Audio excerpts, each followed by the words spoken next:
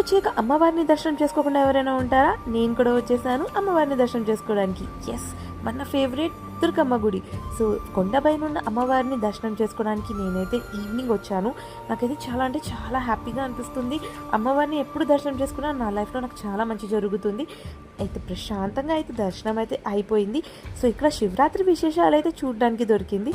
So ముందుకి మనం చూద్దాం ఎలా డెకరేట్ చేశారు టెంపుల్ని. సో ఇక్కడే ఉన్న మల్లికార్జున స్వామి వారిని కూడా నేను దర్శనం చేసుకున్నాను అనమాట.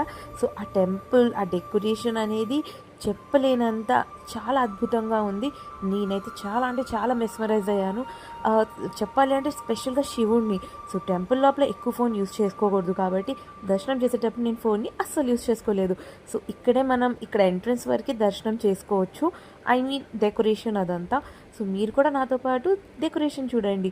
చాలా అంటే చాలా అందంగా డెకరేషన్ చేశారు మల్లికార్జున స్వామి వారి టెంపుల్ని. సో నేను ఇక్కడి వరకే మీకు దర్శనం చేయించగలను, లేకపోతే పంతులు గారు తిడతారనమాట. సో మనమైతే బొట్టు పెట్టుకుందాం. ఇలా ప్రశాంతంగా దర్శనం అయిపోయాక చాలా ఆకలి వేసింది ఫ్రెండ్స్. సో బయటికి వెళ్ళి చూస్తే పచ్చి మామిడికాయ ఉంది.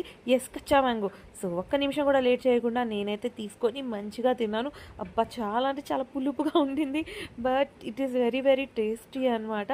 సో నేను అక్కడున్న ఒక ఫేమస్ రెస్టారెంట్కి అయితే వెళ్ళాను. అక్కడ బజ్జీ అనేది చాలా అంటే చాలా ఫేమస్, విజయవాడ స్పెషల్ అనమాట. మీకు కూడా తెలియాలంటే కామెంట్ చేయండి.